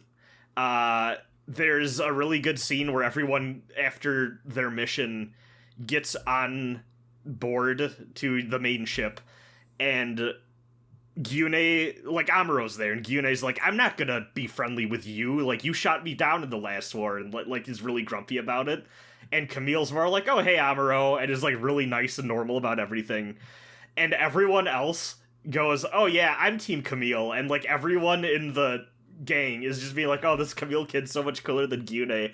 And Gyune gets really mad, he's like, no one's taking my side, and Quest is like, well, I'll take your side, but only because it'd be really pathetic if nobody had your back. I'm like, oh, that's great. Rip. I'm about to do G-Witch shit, which I'm curious to see how they integrate all that stuff in. Oh, actually, I got my answer. So the way G Gundam works in the setting is that the Gundam fights are to basically determine the seats in the Federation Parliament for who gets, like, top priority, basically. I see. So you're, like, fighting for, like, influence, essentially. But not, like, total control. I'm like, that's an interesting way to do that. I like that. But yeah. Nice. Gameplay still leaving a little bit to be desired for me, but I've grown numb to it so far. The other big game news I did in fact beat Tales of Phantasia. Whoa! Yo. I got like a little over 50 hours out of that game. The last 10 of those hours was just spent doing the optional stuff. the big bonus dungeon that they have, which I believe is in the Super Famicom version as well, I do actually like quite a bit. They do let you have 2 bonus boss fights where you get the full party control, and they're pretty hard, and I did like that in comparison to all the other bonus stuff in the game where it's like, 1v1 with either the main character or another party member against hard boss, and I'm just like, this isn't doing it for me. Those fights were good. Dungeon was a bit of a pain, but like the fun kind of pain, where it's like, I gotta do some dungeoneering. The bonus dungeon, now stop me if you've heard this before, but the bonus dungeon is called the Mines of Moria. Okay. And it's these really deep mines that were dug out by these dwarves that maybe went too deep. And it's called the Mines of Moria, you say? Yeah. No, I don't think I've heard of that. Yeah. I was just kind of like, wow, this is... I don't know if you can do this. In fact, I think the Game Boy Advance official localization called it something different, because I think they got a little worried. Yeah. So, I guess the last thing that I touched on last week is I was very curious, and I won't say anything too much because, Mel, I'm sure you want to play this game at some point. I sure do. Yeah. I was curious what they were going to do with the villain, because his presence has been felt, but he's not really been like a character at this point in the game. So I was like, I bet they're going to do the 16-bit Final Fantasy thing of like big speech about what he's doing here and like backload it all, right? And going into the final dungeon, there was a little bit of me that was like, man, I feel like if maybe this game had come out even a few years after when it did, that guy would be more of a character with more back and forth with the party up to this point in the game. And I was kind of regretting, like, he could have been something more. The game kind of becomes about that, and something that I find really interesting is it almost feels like this sort of middle point between what you get in the PS1 era of, like, these tragic monsters that are victims of, like, circumstance and kind of come out of, like, these, bigger injustices or problems in the world, like Sephiroth, right? Sephiroth. And true. And a midpoint between that and the 16-bit era, like Zeroma style, like, I'm a big bad dude who wants power for reasons I'm gonna reveal right at the end. The game in its final moments kind of becomes about that, where the party's like, how come, like, what are you doing? And then when the villain gives his reasoning for why he's doing what he's doing, there's like this layer of regret and doubt and unease over everything, where it's like, there might have been room for us to talk this out more. Like, maybe things didn't have to go this way. And they use it for characterization of the villain, where it's like the fact he didn't want to talk to anyone and was like, no, I'm just gonna go through with this, becomes like a plot point in a very interesting way that really actually landed for me. I have since learned that apparently this guy is one of the more iconic Tales villains, and I get it. Like, I think they do a really good job right at the end of this game of making you feel for this guy. I was very impressed by how they handled it. And yeah, it's just a really neat game. I kind of extrapolating that out, my big closing thought on Tales of Phantasia is it truly does feel like the passing of the torch from 16-bit era JRPGs to the PlayStation era, where characterization just comes more into focus more, and they're becoming a little bit less like, what if we made like a D&D-esque adventurous romp through a bunch of these dungeons and locations throughout a world, into something that's a little bit more personal, and they really want to flesh out the individual thoughts and actions of these figures more. And yeah, I like the game a lot. Which is appropriate, because the setting of Phantasia is definitely the one that is the most D&D-esque, I think. Oh, 100%. Just based off my experiences with Symphonia. It's deeply traditional. I think Symphonia is going to be the one next up for me. I know you're watching. But I'm not gonna lie. I keep looking at Tales of Destiny, I'm like, fuck, this game seems really cool. But I'll get there at some point. That's the issue I've been having, where I'm like, choice paralysis of wanting to play all the games. Yeah. I think I'm gonna alternate 3D 2D. Just to experience it that way for now. But yeah, I'm curious to see how Symphonia connects with Phantasia. I know that there's elf racism and half elf racism, which you know. Do you mean the elves are racist or racism against elves? Both. I see. I don't remember too much of like the elf racism against elves as much, but a big part of Symphonia is both half elves being racist and also others being racist half elves, depending on location. So in Phantasia, the interesting dynamic that is at play is that humans, unless they study really, really hard, cannot become wizards nor use magic, but the elves can. And some of the elves have teamed up with the humans so that they can make magic technology to give them like access to magic. Mm-hmm. And the half-elves are kind of hated by both because the elves view them as like the products of traders that belong in the human world, and the humans don't really accept them either because those are elves, but like not the good elves, like the ones that work with us to give us magic nukes. So it gets complicated, but I like the idea of making a magic nuke with my wife, and then I have a kid with her, and I hate the kid. Well, see, the parents are cool with them. It's everyone else that's the problem. I see. Yeah. Okay. Yeah. Like the half-elves are not allowed back in the elven forest where all the elves have retreated to because they fucking hate dealing with humans. And they're like, well, where do I go then? Yeah. So that important to note, one of your primary damage dealer in the party is a half-elf girl who is not allowed to see her mother again because she's barred from entering the elven forest where her mom lives. I see. Yeah. And also, too, because it's a game about time travel and going to different eras, you get to see the evolution of the racial relations between 3 different time periods, which is also kind of interesting. That is interesting. Yeah. Because, like, you go places and they're like... And also, elves live a long time.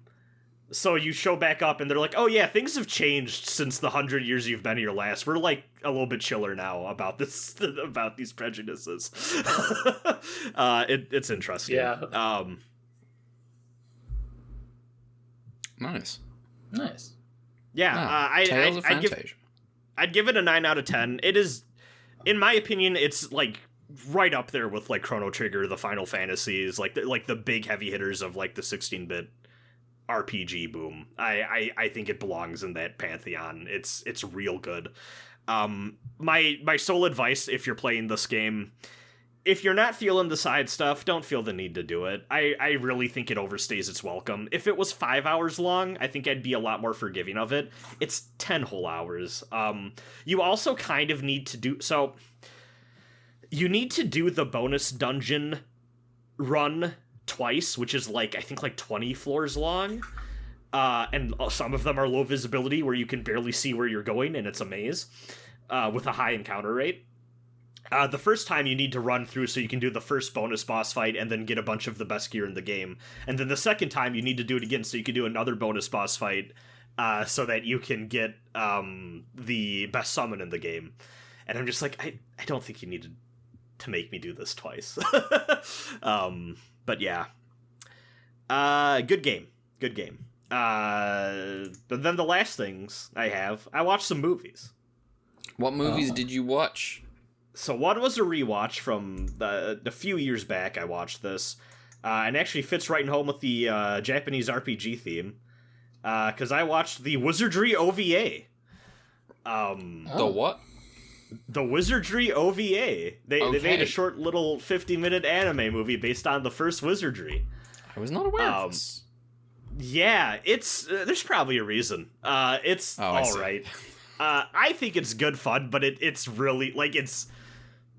When I say Wizardry OVA, I feel like you can kind of invent this movie in your head and probably get like 90% close to what this is. Do you feel like really you could be watching Record of Lodoss War instead? Absolutely, and be getting a much better experience. Yes. There's 3 guys, half of a wizardry party, who really like to go into the dungeon, and they're not doing the job of getting the amulet from Wordna to prevent the end of the world or whatever. They're just in it for the profit. They like looting the dungeon a lot.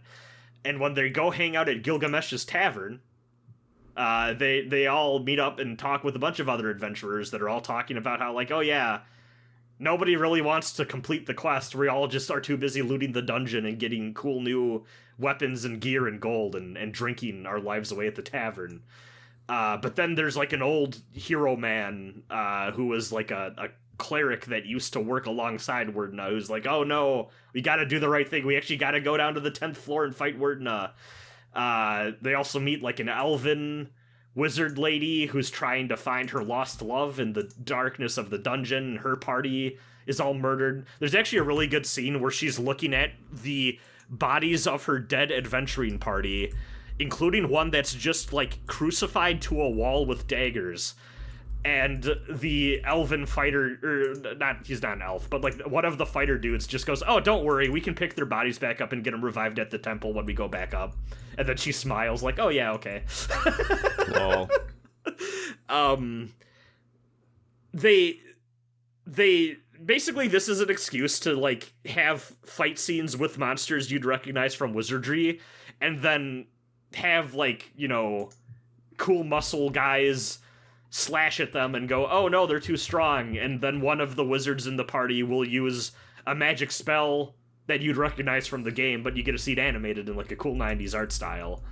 And like that's half the fun of this, right? So it's very, very skin deep, like not really interested in telling like a deeper moving story.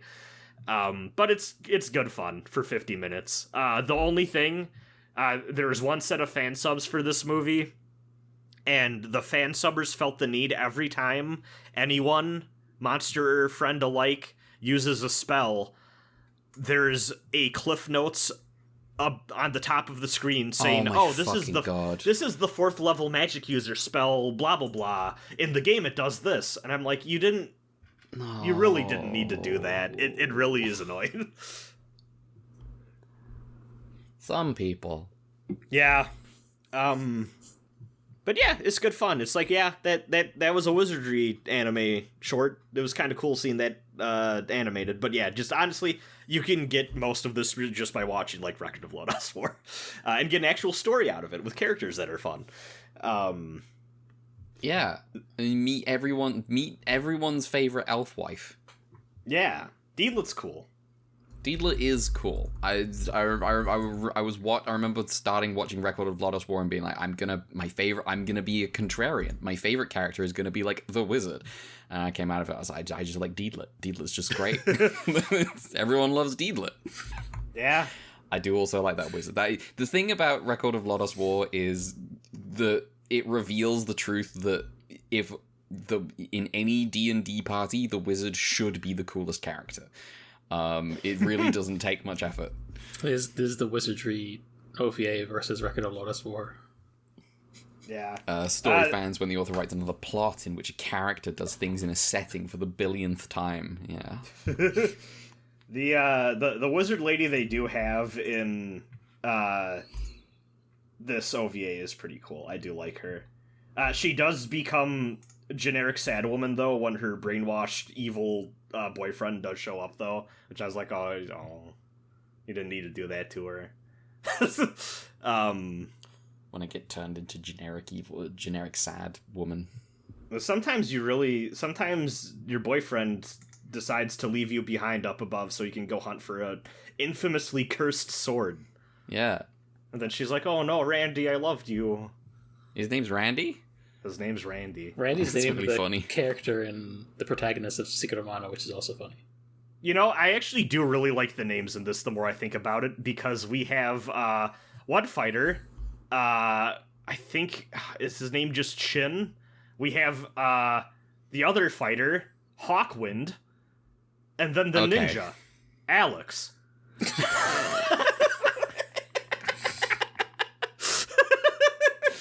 I'd love to be a ninja called Alex. Mm-hmm. And yeah, the last thing I have to talk about is I watched yet another Werner Herzog movie. What movie did you watch?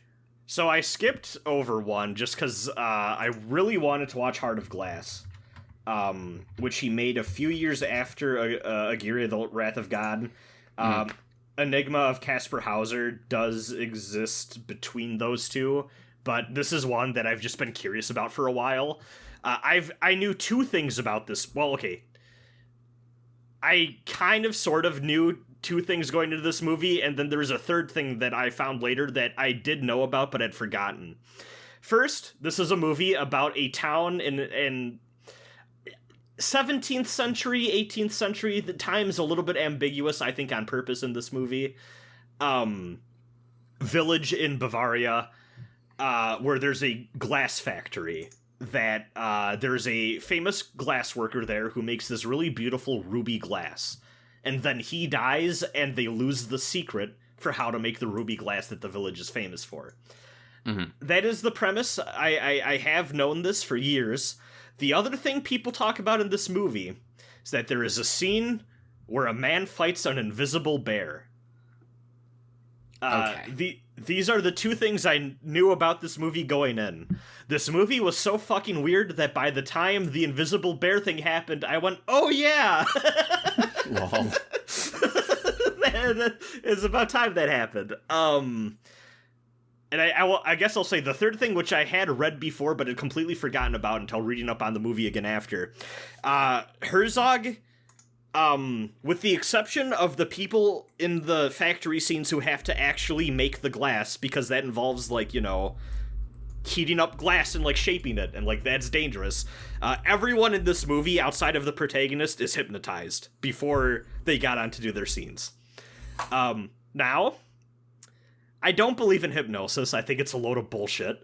I think people that are suspect to hypnotism, it's a lot of psychological suggestion. Mm-hmm. I think the fact that hypnotists are like, oh, well, you got to believe in hypnosis for it to work. It kind of just I don't know, bro. I proves think there's a lot of supporting evidence for it. Either way, I think maybe if you just sat down and drank this extremely diluted medicine and water, you'll have a better worldview of things, because that's how medicine works. Mm-hmm. Have I told you my have I told you two about my coffee placebo effect story? No. I think so. This sounds familiar. I was at work. Someone made me a coffee. They gave me my coffee. They had made themselves a coffee at the same time, or they'd made themselves a tea at the same time. And they took a sip of their tea and they'd gone, oh, that milk's off. And they go to find it, and I start to feel a little sick. They go to find the milk and they go, oh yeah, that's like several days out of date. That's grim.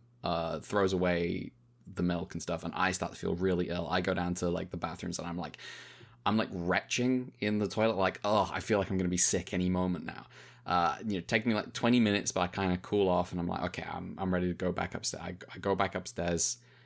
I sit down, and I'm like, okay, I'm gonna go throw away my coffee now and make myself a new one. I look into my coffee and I go, oh yeah, I don't have milk in my coffee. So I do remember this story now. That yeah, convinced myself I had drank off milk. The mind is a powerful thing. Yeah. The mind is a powerful thing. So there's so much more going on in this movie than what the premise that is sold reveals about it. The protagonist of this movie is based on, like, the Bavarian folk equivalent of Nostradamus, named Hyas. He is a man who lives just outside of the village in a ruined fortress, and he's a herdsman. Like, he's always herding cattle and stuff. And the people in the village go to him for, like, predictions and prophecies, and they believe it, but they seem completely, like, it's out of their control. Like, they can't, even with the knowledge, they cannot prevent themselves from, like, they can't escape the prophecy. There's a scene early on where two dudes are sitting at a bar, and one of them basically goes, yeah, I went to go talk to Hyas today, and he told me that I'm gonna fall asleep atop your corpse tonight after we fight in the hay. And then the other guy talking to him said, yeah, here's what he told me about how I'm gonna die tonight. And then they just keep looking at each other. And then they just start to, like one just bashes the other one over the head with, like, a beer mug. And they're like, we're really doing this, huh? And they just, like, it cuts to them fighting later. And then, like, one of them's laying dead. The Baron of the land is obsessed with finding the secret of the ruby glass. Beyond just, like, and it feels like it's going beyond, like, oh, this is what our village is known for and contributes, like, economically. Like this is our place in the world. Like, he seems obsessed over, like, we need to know the secret of how this master glass maker made this ruby glass. And there's actually a really good scene where he's talking to his, like, right-hand butler man, like, oh, go get the prophet who lives in the fortress. And then it cuts to, like, the next scene, and he's already in the house, and he's like, oh yeah, I foresaw that you're gonna need me, so I just decided to come over. And he's like, oh, well, I just sent my butler out to go get you. Well, that was a waste of his time. But while he's in the house, he's, like, telling the attendant, like, hey, things are gonna go really bad tonight, you should leave. And every time they get a scene together, he's like, you need to get out of here. Like, everything's gonna go really bad for you tonight. And it just keeps cutting to her just kind of staying there, sobbing, like, oh, I know I'm going to die tonight, but, like, feeling compelled to see it out anyways. And there's also, like, there's this really interesting passage of time thing going on in this movie, too, where, like, they keep cutting to, like, the Herzog style, like, beautiful landscapes and, like, the harshness of living alone in nature, but there's, like, this pleasant, like, modern guitar playing in the background too, like, kind of echoing into the future. The main character wears a coat that maybe feels a little too modern compared to everyone else, and it's appropriate for a guy who can see into the future. The Baron gives this interesting little speech at one point where he's like, do you think years from now, when this village goes to shit, they're going to look at the ruins of the factory and all the buildings around it like we look at the fortress ruined on the hills as, like, a lost relic of time that's gone past? And there's just this really interesting sense and flow of the inevitability of fate and time throughout every interaction with this movie. And everything just feels a little off in a way where no one can really do anything about this. And there's just this really great scene towards the end where everyone's partying at the local tavern, and they all know this dude's predictions that, like, a bunch of people are gonna die tonight, there's gonna be a big fire, everything's gonna go to shit. And they're all like, well, we might as well just enjoy the time we have. And he's just muttering to himself into a glass in the corner of the room while people are dancing and frolicking about, and he's just, like, predicting World War II. It goes so hard. I really like this movie. I finished it, and I was like, hey, I don't know if I like it as much as Aguirre, The Wrath of God. Like, I thought that movie was just a little bit tighter. But then, like, throughout the rest of the day, as I sat with it, I was like, no, I like this movie, I think, a lot more. It feels vaguely, like, proto-Lynchian in a way, too. Okay. That, like, there's just these little off-character ticks. Like, the Baron has a father who just sits in a chair, and the Baron keeps going, Father, your spine is fine. You can walk. You don't have to sit in the chair and have my servants carry you. And he just keeps muttering to himself, like, no, if I stand up, my backbone is going to collapse inward on itself like a bunch of stones. And he goes, Dad, the doctors keep saying you're completely normal and fine. And he's like, no, get the servants. I need to be carried. And it's just little fun touches like that. That's all throughout this movie. Really, really phenomenal movie. I highly recommend Heart of Glass. It's a great 2-hour fever dream of a film. I don't really know. I still need to sit on why that invisible bear is there. I'm gonna be completely honest with you. Yeah. It's a weird subplot.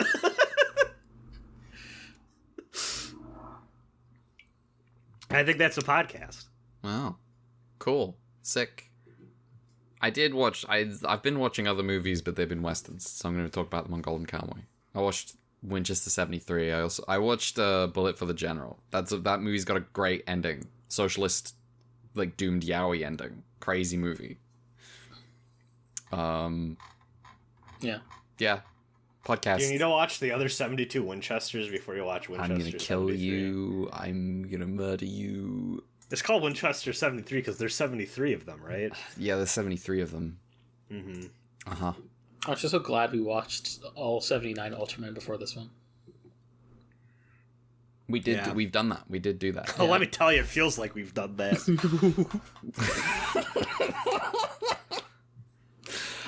That is a podcast. No, it's not. We have email. Well, we haven't. Yes, so I'm stupid. Emails.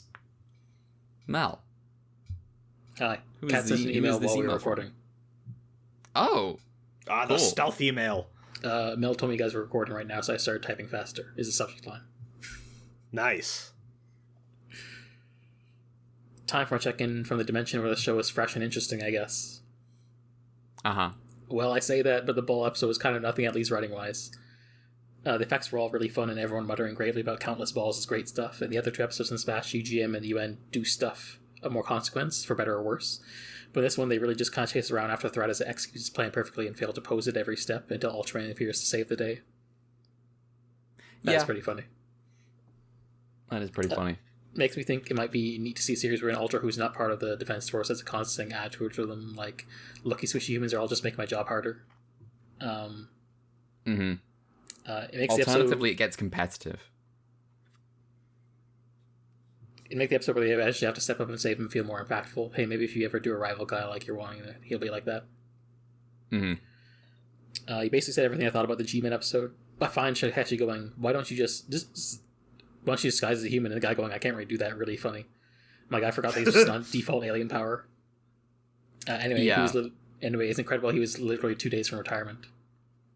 It's literally, he's like, I'm 2 days from retirement, and it's like, oh, you're gonna die, and he's like, no, I want to die. I want to do the 2 days from retirement thing. The ending of Kingdom episode I really liked. However, I learned from the parentheses, not parentheses, quote, can't wait to find out if this is just a worse version of a 7-episode quote, incident last time, Lamau, and wait to hear if this was a special similar case before writing this one. And I guess it kind of is, but I still liked it a lot. All the sets and effects are really cool, and I like the moment where you get the I can tell you're an alien bit, but then she isn't one. I also like the ending note of this problem isn't solved when we just showed exactly how not to solve it, and the way we're living now is the change. Ending. With all that said, I can give a bit more context for where other Toku was going at this time, since you all brought it up. As Mel mentioned, Kamen Rider was also going through trying out a weird revival period for the new decade, and was similarly short-lived. But when 80 started airing, it was actually doing alright. They had 2 seasons between 79 and 81, and the second half of Skyrider and the first half of Super 1 did pretty well. Super 1 was just really sunk by a time slot switch. This may have been coinciding with 80's release, I think I read somewhere. But just because they may have also been on TBS. The second revival later in the decade with Black and RX also did quite well in ratings, and I think Rider just felt like a relic of the past for a while. RX's ratings were good, but it was getting outperformed by Kamen no Rider, which is a parody show. Oh, I see. Damn. That's fucking funny. Man, owned. So I think you're right that things like Ultra and Rider weren't as fresh or interesting as things like mech anime that were going on in the 80s, but the dynamic feeling was there in Toei's other Toku at the time. So I don't think it's a whole genre thing. Because, there's Sentai and Metal Heroes just going off fine. That makes sense. Yeah. Shozo Ohara, who we've met on the show, also did the first 2 seasons of Sentai, but always feels kind of tamer there, like he found it a bit limiting.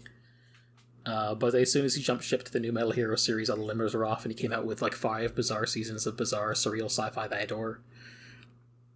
Meanwhile, his successor, Sentai's head writer from 83 onwards, Hirohisa Soda, was fully keyed into the vibe of the era and helmed some incredible shows, both bursting with new visual ideas and visuals, and Yuri. Soda wrote Bioman, for reference. Among many others. Both those shows do feel like they're succeeding at keeping pace with the competition that felled Rider and Ultra at the time for me.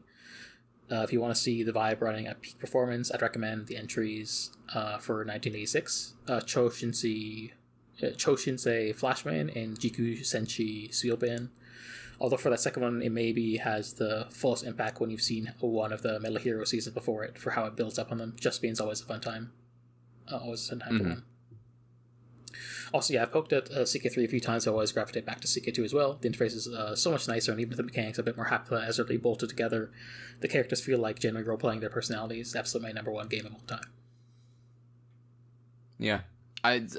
Especially when I found out how battles worked in Crusader Kings 3, and I was like, oh, they don't even have, like, the flanks thing. It just feels like such a simplification. And it's already quite a simplified system, but it's I don't know. I just it felt like a step further than I was happy with, because there were times when like I could watch a battle like the battle system in CK2 and get some tension out of it, where I was like, this could go either way right now. This could absolutely, and then like one flank swings it. But yeah, I'm just I think CK3 just feels a little sleeker and cleaner in its design, and I'm just like, I look at the UI of CK2 and I'm like, this is just nice. This is I like all the little symbols. I like it. I just like it, and yeah. I can feel like, I don't know when, maybe not anytime soon, but I can feel a Hearts of Iron phase coming into my life again. Oh yeah. I mean, yeah. I'm never sure how I never know sure how I'd take to Hearts of Iron, because I'm always like, well, I know exactly which one country I'm playing as. Well, I mean, they've got some like, they've added like fully thought out content for multiple different countries that I would never have expected them to. Okay.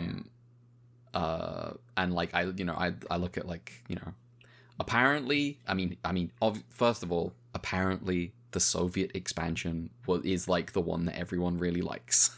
Well, so I'm like, well, I gotta do that someday. Is that for 4 or 3 or Hearts of Iron 4?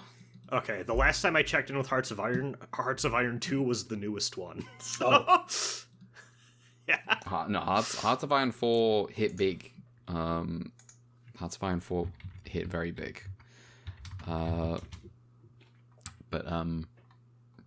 yeah. Anyway. Yeah. Someday that 5th Europa Universalis will come out. Yeah. Have they estimated a date? I think they have announced one. I think it's supposed to be soon. I mean, Europa Universalis 4th of November, 2025. What? Yeah. That's the day before my birthday. Wow, you had what I had with Battlefield 6. Huh. I think you got the better end of the bargain. Yeah. Well, I mean, I got a cool birthday. Mm-hmm. It's bonfire night. Oh. I remembered when this podcast will come out. Happy 9/11 to those who celebrate. I'm moving house. Oh, True. you know what? The episode. I'm moving into a new place as we speak. The episode's coming out. What you say, Mel? Yeah. Yeah. Sick. Well, thank you for your email. Thank you Thank you for your email. Oh, we're getting stylish with it. Plugs. If you want to follow us online, you can do so on Twitter at @ultra_Q. That is at @ultra_QUEUE. And also, we are also on Blue Sky at @ultraQUEUE. No underscores on Blue Sky. I am also on Blue Sky. I am Red November. My name is. I am Red November on Blue Sky. Mel, your plugs.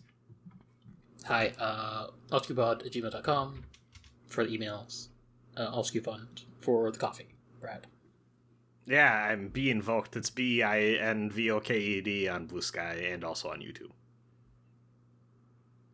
Nice. That is a podcast, everyone. We will see you next week for 3 more episodes of Ultraman. Yeah. I believe it is 2 weeks from now that we are doing a Golden Kamui episode. Yeah. Also, I've been trying to, and we'll see how my scheduling, because things have been weird lately. There may be a bonus Teacher Core coming out. Not what? Question mark. You'll see. You've been working on something in the background. Yeah. We'll see. All right. we're looking forward to that then. Goodbye for now. We'll see you all next week. Just 3 more episodes of Ultraman 80. If you're keeping up. Actually, wait, hold on. Actually, it's 4. Oh, is next week 4 episodes of Ultraman 80? Yeah. Oh, That's last okay. Last batch of 4 we have to do. Last batch of 4. Okay, 4 episodes of Ultraman 80. We will see you then. Goodbye. Never forget. Later.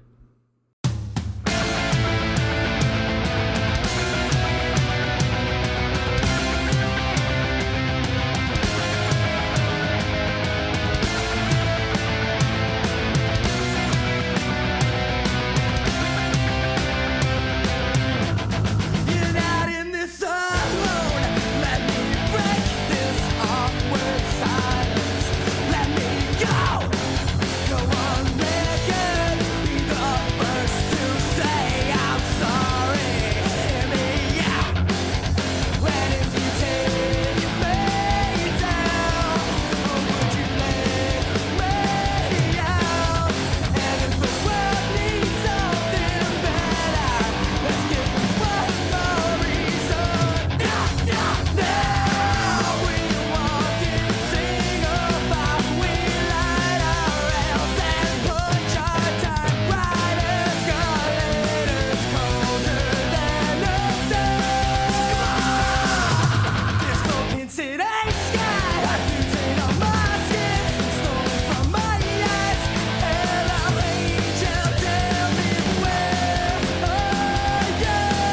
Tell me where we go from here. This broken city sky, mutate on my skin, stolen from my eyes. Hello, angel, tell me where are you? Tell me where we go from here.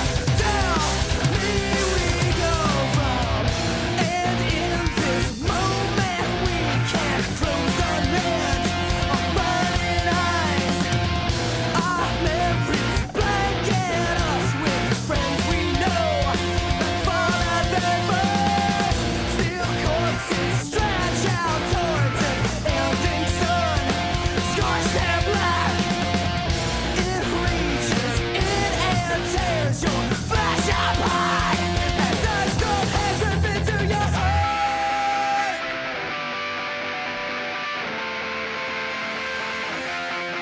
That's if you still got one that's left inside that